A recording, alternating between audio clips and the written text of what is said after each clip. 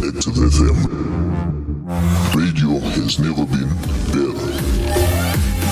What is up? Good day. This is the movie show. On Active FM. the movie show. Yeah, I'm Sesh. And my name's Ryan. And today we are discussing the fifth collaboration between Guy Ritchie and Jason Statham. Oh, is it the fifth one? It is the fifth one. Of course it is. Last time we did the fourth one, which was Wrath of Man.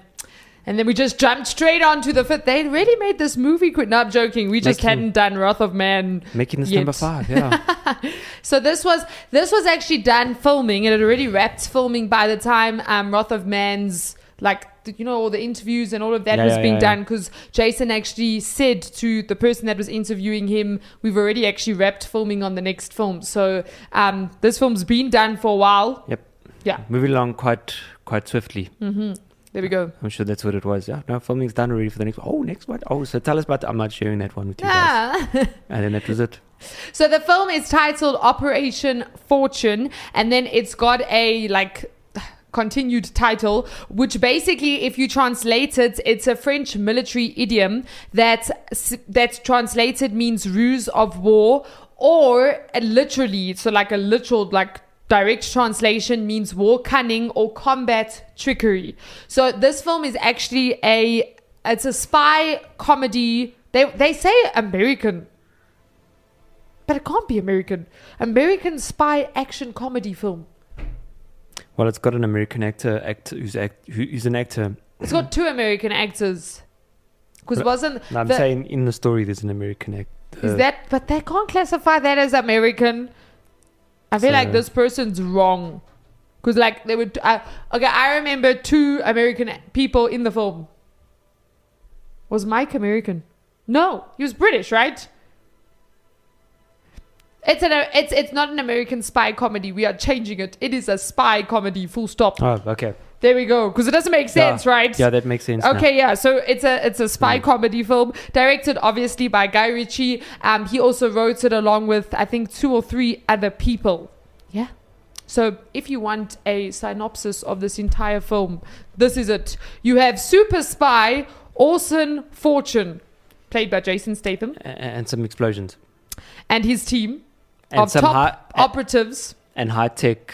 Some cool high-tech stuff. You know, you're ruining my beautiful paragraph there. Oh. Okay, it's not a paragraph. It's more of a... Mine's in brackets. Okay, yes. Yes, okay. Yeah. Like the Amplified Bible version. You're just... Okay. So, and his team of top operatives... Stories of Jesus. The Amplified Bible.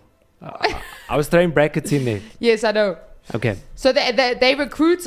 Okay, let me start again. Right. So, you have Orson Fortune, played by Jason Statham, and his team of top operatives recruit Hollywood's biggest movie star, Danny Francesco, to help them on an undercover mission to stop billionaire arms broker Greg Simmons, played by Hugh Grant, from selling a deadly new weapons technology that threatens to disrupt the world order. That is what the film is about. Releasing in cinemas. 13 January 2023. I must be honest, the one thing I enjoyed... In Turkey. Yeah, in Turkey. The one thing I enjoyed about this film was that they literally got an actor, or they blackmailed an actor into acting as himself so that they could do a mission. Oh, that's what he said. Yeah. He was like, I'm Danny, playing as Danny. And he was panicking and freaking out. Yeah. And he's this hectic action, packed. It's the equivalent of Bruce Willis being hired as an undercover agent and he can't do anything. Yeah. That literally was the case. Did you find Hugh Grant acting different in this one? Hugh Grant's acting was very good. I found him way different in this one. But he did remind me of The Gentleman in a way. Yeah. But The Gentleman, it was a little bit of a different character. But yeah, the only thing I didn't enjoy about his character was the gay undercover things. He was a lot more confident and he just pushed forward in his character. There was no holding back. He literally drove the scenes that he was in. Yeah. For me, Hugh Grant's acting has definitely improved over the years. I can honestly say that his later performances. While I was watching him, I was still trying to picture him back in some of his younger films. Notting Hill. Yeah, no, it really can't do it. I was listening. I was watching behind the scenes, and the one they were showing was where he's on the boat and he's speaking to Danny and Audrey, and he's speaking, and my mom couldn't see my screen, and I said to her, who is this? Because obviously, like, she grew up with Hugh Grant, you know, like the films when she was younger, he was in all the rom-coms, and she didn't know. And when I said Hugh Grant, she was like, what? So he's definitely, he definitely does a good job. This is obviously, I think it's the second time he's collaborated with Guy Ritchie, the first being The Gentleman, which in my opinion is still my top Guy Ritchie film.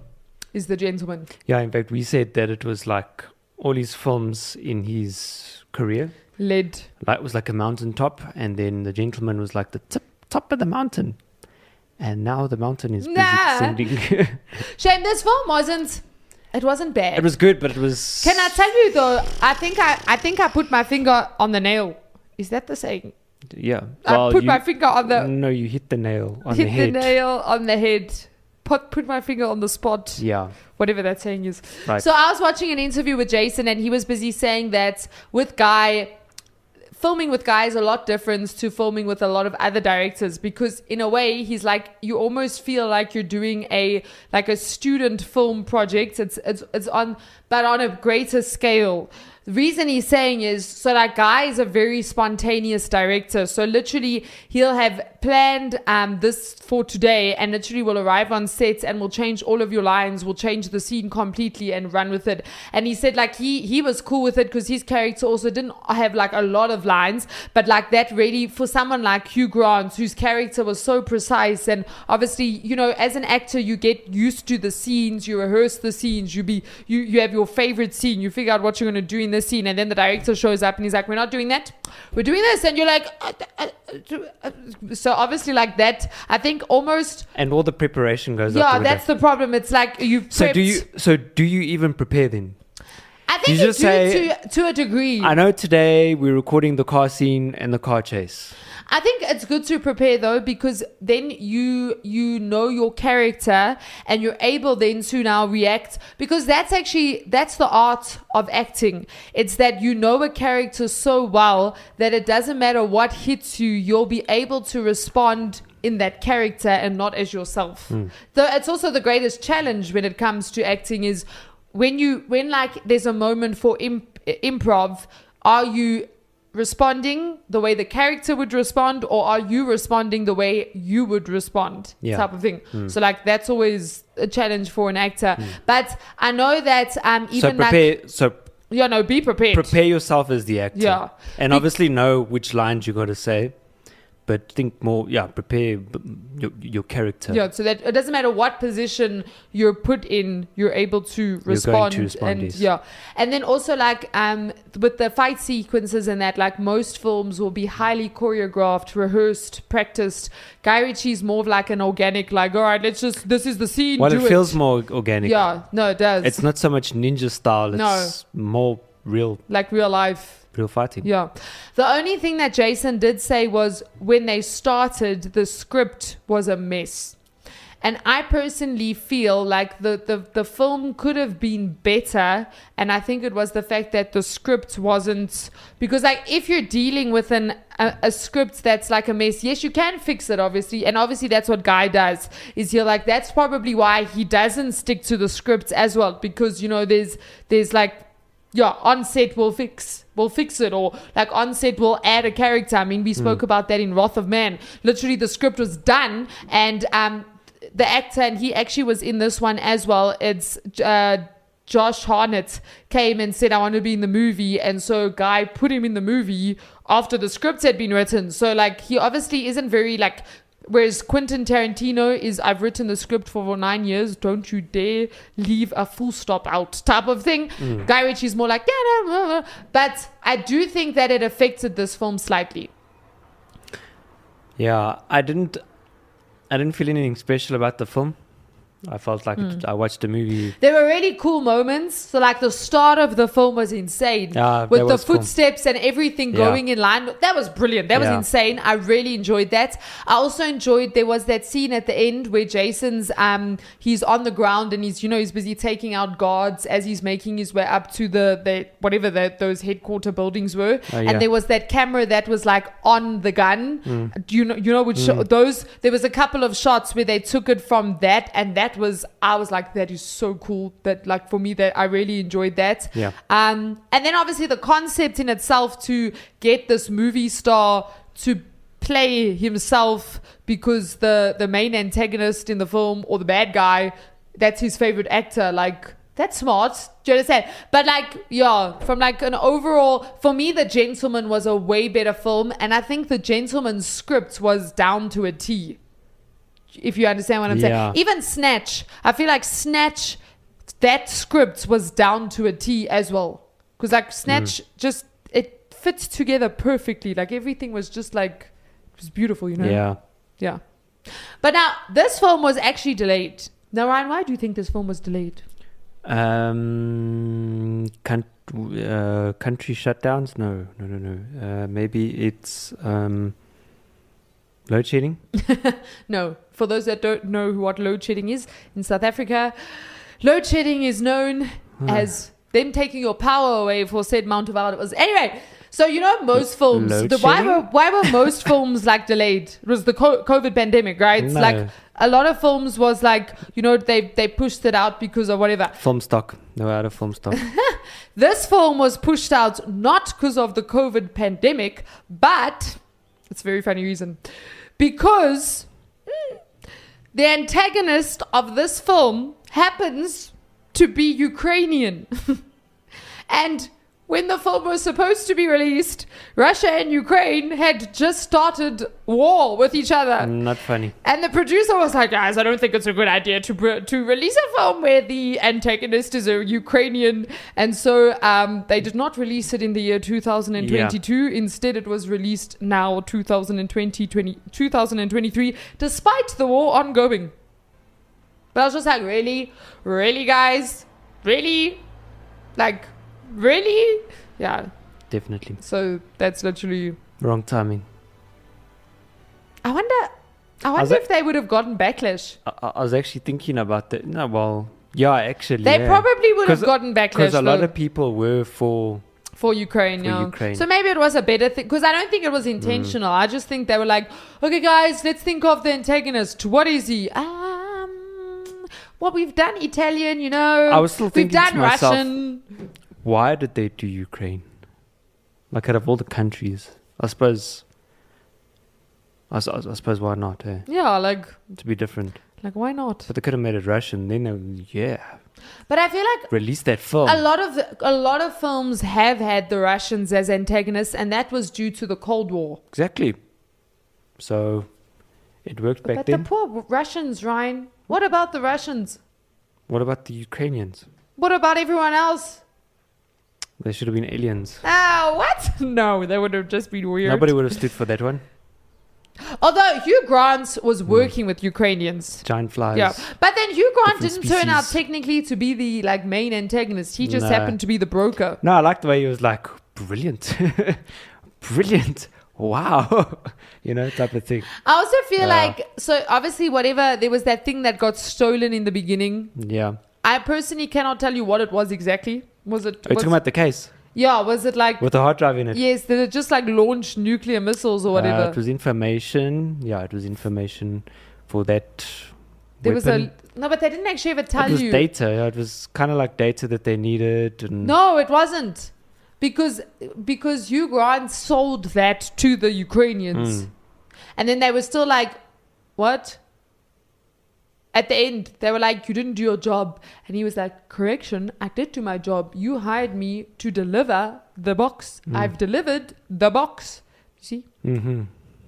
Yeah, but still. I think that the problem was the script at the end. As in not... So it was a good film. I'm not going to bash it. I'm not going to say it was terrible. It wasn't terrible. It wasn't the best either. It's not Guy Ritchie's best film, personally. I didn't feel like I was watching a piece of art. I didn't feel like, I was just like, oh, okay. Yeah, like Great film. I actually happened to watch it in 3 parts just because, yeah, you know, when you just have to like stop it and there wasn't like the fact that I could stop it. Yeah. Like, you know how last week you said with Wrath Well, that's of what I Man? was saying. Yeah, you like couldn't stop it. You were like, I'm not going to watch the full thing. And then you watch the full yeah. So this one, yeah, personally was not his greatest. Yeah. Gentleman, definitely. I'd go watch The Gentleman again. Jason actually was talking about The Gentleman because obviously Hugh Grant was in it. Yeah. And he was like, I wish I was in that film. Unfortunately, I wasn't, but he actually said, I wish I was in that film. Yeah. And that film was brilliant. But for me, a film like that, you have to have good actors, yes. You obviously have to have a good director, yes. But the script is important, you know. If any area is lacking, it ends up affecting. I feel like Hugh Grant is like, what is the kid from man, what is that movie again with Voldemort? Harry Potter. With Harry Potter. You know Harry Potter, the actor? Yeah. So like he was like a kid and he was like all in like his innocent movie and all of that stuff. Hugh Grant was also there. And now like he makes such a brilliant like bad guy, yeah. But like in a weird way, not in the like, wow, he's so evil, I hate him. Like in a weird way. Yes, because he's never the villain. In quite a weird depth, kind of strange way. And it's the same with Hugh Grant. You kind of like... You like him. But... Oddly. You're like, this dude is evil, but I Yeah. Like especially that part where like he's by the car and he's like, did you dream of it? did you go home wanting it? Did you go home wishing for it? No, he was very weird. Did you go home? And I'm like, wait, this is getting creepy. And he's like, well, guess what? It's yours. But before that, let's go to so. But I did enjoy how what they did at the end was, so Hugh Grant obviously speaks to the Ukrainians and then he like bombs up all their satellites and he's like, and then he leaves. And then they took that and then, because obviously Danny Francesco's in the film business, so they made that into a film. And then they, in the end credits, if you watch, it comes up and they actually show you that scene where he's acting as Hugh Grant. And the only thing I didn't like is they obviously made them get together in the end. Right. Which was like, really? Yeah. But Jason was very good. I must say, I enjoyed Jason. There was a different part of him. Yeah, I enjoyed his acting. He wasn't all like dark and yes, like which he often is. There was more like a very normal human side to him. There was a comedic side to him even, which I actually enjoyed his acting a lot. Yeah. His acting was very good. Collect the phone and the something, like the guy at the bottom of the whatever that dropped to the bottom is like, that's not da-da-da. And then the bad guy really comes and that is, what was his name? Whatever his name was. Yeah, but even if you look in there, like the way that his posture was, like he wasn't all like bad and like he was out of breath, and so there was a lot more of a. And then the other person I really enjoyed was Carrie. I don't know how to pronounce his name. It's because it's a him. Carrie Alwis, who played Nathan Jasmine, who was the head dude of the team. And he do you know what I'm talking about? The blonde guy.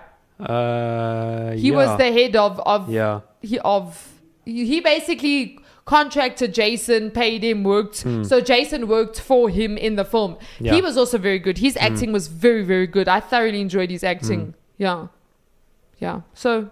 And even the relationship between him and all the guys. Yeah. He was like, you killed someone. He's like, listen, don't worry about it. Just eat your soup, kind of thing.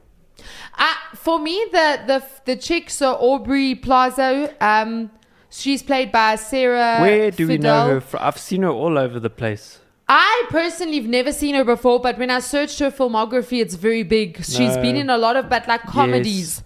I personally was not the biggest fan of her. I felt like she brought a dirty element to the film. I don't know if you and apparently a lot of the lines that she said were her own, but I felt like this film was, the dialogue was, she's a comedian, and often comedians can go in that direction to try and be funny, and you're just like, Really? Yeah, true. Yeah. The one part that was funny was when she told him that the front door is clear, and then he comes out and there's 2 guards, and he like kills them or whatever. Pull the back. Yes, and then she's not like, the front. he's like, I thought you said the front was clear. She's like, generally people don't have their pool in their front yard. And then he was like, oh. So that part was funny. But otherwise I was just like, yeah. So, yeah. But I'm very interested because he's got another film coming out later this year, and I'm interested to see that one. But honestly, so far, my top Guy Ritchie films would be The Gentleman, number 1. Snatch, I think, would be number 2 or 3. And then I did enjoy King Arthur. Oh, no, but then there's the Sherlock Holmes films. We forgot about those. Yeah, true. Oh. Okay, those are like in a category of their own, I'd say. Yeah. Ryan, you? Yeah, The Gentleman. Gentleman, top. Right there. Funny enough, Ryan's just searched his films. The 3 films that show up first is The Gentleman, then it's Operation Fortune, but I feel like that's just because it came out like now. And then the 3rd film is Snatch. Yeah, and none of us really liked Aladdin. It was okay. Yeah. As a live action remake, I suppose it wasn't too bad, but Yeah. Seen it before. Yeah. But I also did enjoy and The Man from U.N.C.L.E. That was also a very good film. It was a good film. I enjoyed The Man from U.N.C.L.E. That was also very different. So you're probably looking at the top 5 films. Yeah. The Gentleman. Snatch. Snatch, yeah. I'd put Snatch. Yeah, not Operation Fortune. Rotherman. The Man from Man U.N.C.L.E. from U.N.C.L.E. And I did enjoy King Arthur. Personally, I would like to put yeah. But then there's also Sherlock. Sherlock Holmes is there. No, that's in why spirit. No, that's why I said it's a whole. Okay, yeah. So we're putting Sherlock Holmes. Yeah. I am sad that the 3rd obvious. Sherlock Holmes never came out. I don't know if they. Hopefully they will, but I don't think they will. I am sad that didn't happen because I enjoyed the Sherlock Holmes films. Yeah. Yeah. Absolutely. So this has been. I don't think it's the end of our Guy Ritchie marathon because we still have films like Revolver. Mm-hmm. But yeah, for now. Until then. Yeah. This has been the movie show On Active FM the movie show. I'm Sash. My name's Ryan. Peace out.